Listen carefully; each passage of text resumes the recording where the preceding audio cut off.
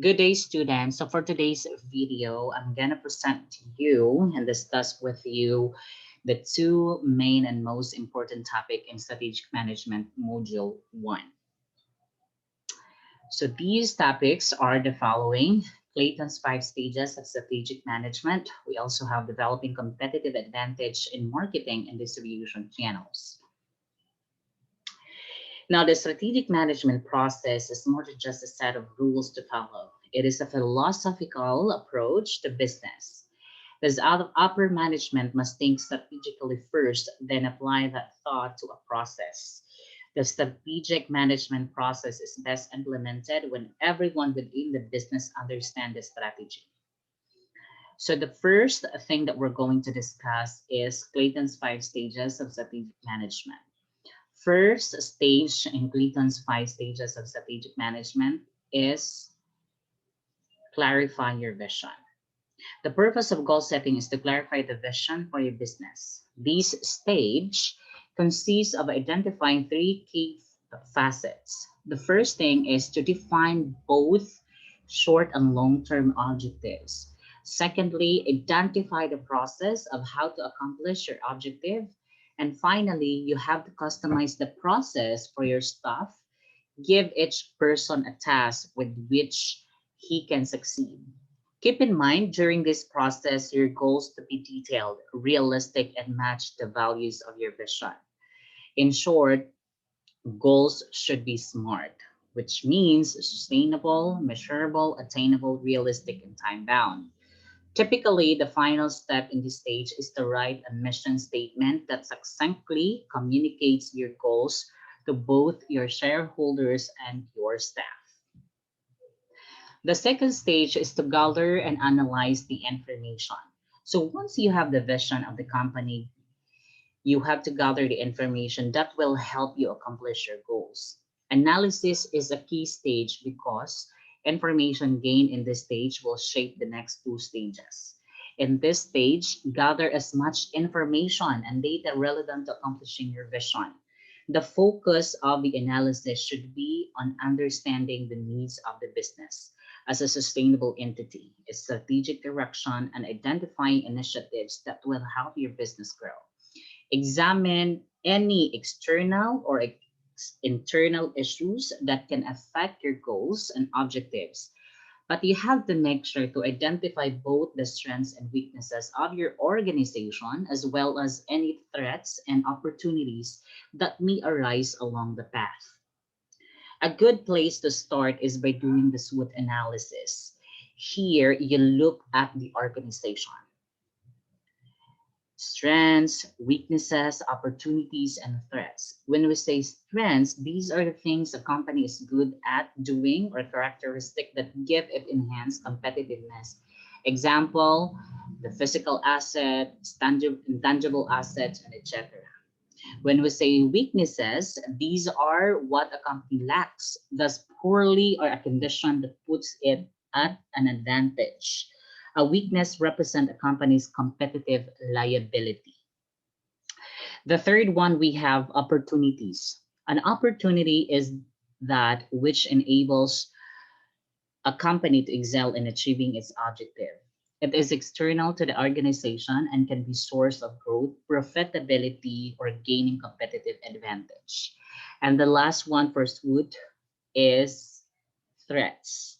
These are the factors that could inhibit a company's ability to achieve its targets. They inhibit growth, profitability, erode competitive advantage, and are also external to the organization. Now, when you're doing a SWOT analysis, you look at both external, which means those are macro environment, industry competition, and also, most especially, the customer itself. And when in the internal factors, these includes the resources, culture, as well as competencies. The external analysis aims to identify the opportunities and threats in the organization environment. The internal analysis identifies the strengths and weaknesses of the organization. The third stage is strategy formation. Okay. So once you have discovered your strength weaknesses, and opportunities and threats, you can begin creating your strategy. Determine what resources the business currently has that can help reach the defined goals and objectives. And then you have to identify any areas of which the business must seek external resources. The issues facing the company should be prioritized by their importance to your success. Once prioritized, begin formulating the strategy because business and economic situation are fluid. It is a critical in this stage to develop alternative approaches that target each step of the plan. The fourth stage in strategic management, according to Clayton'S, is strategy implementation. Once you're done with the strategy formation, it is now the time for action. A strategy must be put into action for it to deliver results.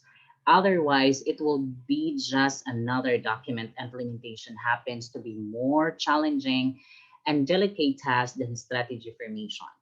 Successful strategy implementation is critical to the success of the business venture. This is the action stage of the strategic management process. If the overall strategy does not work with the business current structure, a new structure should be installed at the beginning of this stage. Everyone within the organization must be made clear of their responsibilities and duties and how that fits in with the overall goal. And additionally, any resources or funding for the venture must be secured at this point. Once the funding is in place and the employees are ready, execute the plan. And the last stage, we have strategy monitoring. This is the final stage of strategic management process. At this stage, your strategy is already in action and you need to measure the effectiveness of the strategy. Measure the progress by comparing the plan against actual results. If the company is properly implementing its strategy, results should be an expected in the strategy or not far off. If the results are below par, something is wrong with the implementation and corrective actions should be taken. Monitoring internal and external issues will also enable you to react to any substantial change in your business environment. If you determine that the strategy is not moving the company towards its goal, then take corrective actions. If those actions are not successful, then repeat the strategic management process because internal and external issues are constantly evolving. So any data gain in this stage should be retained to help with any future strategies. So again, these are the five stages of the strategic management process according to Clayton. We have the clarify your vision, gather and analyze information, strategy formation, strategy implementation, and the last one is strategy monitoring. Now let's go to the second topic that we're going to discuss, which is developing competitive advantage in marketing and distribution channels. So as a marketer, so how can you develop competitive advantage in marketing and distribution channel, especially if you are a marketing manager? Okay. So to answer the question, you know, developing a competitive advantage is in marketing and distribution of your products are one of the tasks given to all marketing managers. Thus, it affects the growth and profitability of the company. A large and small businesses builds a competitive advantage by providing a better overall value to customers than competitors are able to do. During the annual planning process, the business owner and her management team develop marketing plans to maximize the revenues that result from these advantage. Long-term success in business requires building a sustainable competitive advantage. one that endures despite new competitors entering the market or existing competitors improving their own products or services. Now, how can you develop your competitive advantage in the marketing and distribution of your products? The first thing that you need to do is to align the products with your customers' needs. Understanding to the needs and wants of the customer are best in order to provide the best value of the product and services offered by the company. One of the objectives of this marketing plan is to identify the customer groups that can benefit the most from the products and services offered.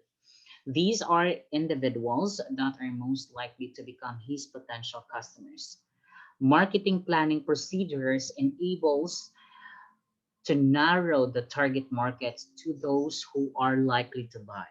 This allows the company to use its finite marketing resources to reach out to those prime customers targets and not waste resources attempting to sell to customers who don't view the product as something they urgently need.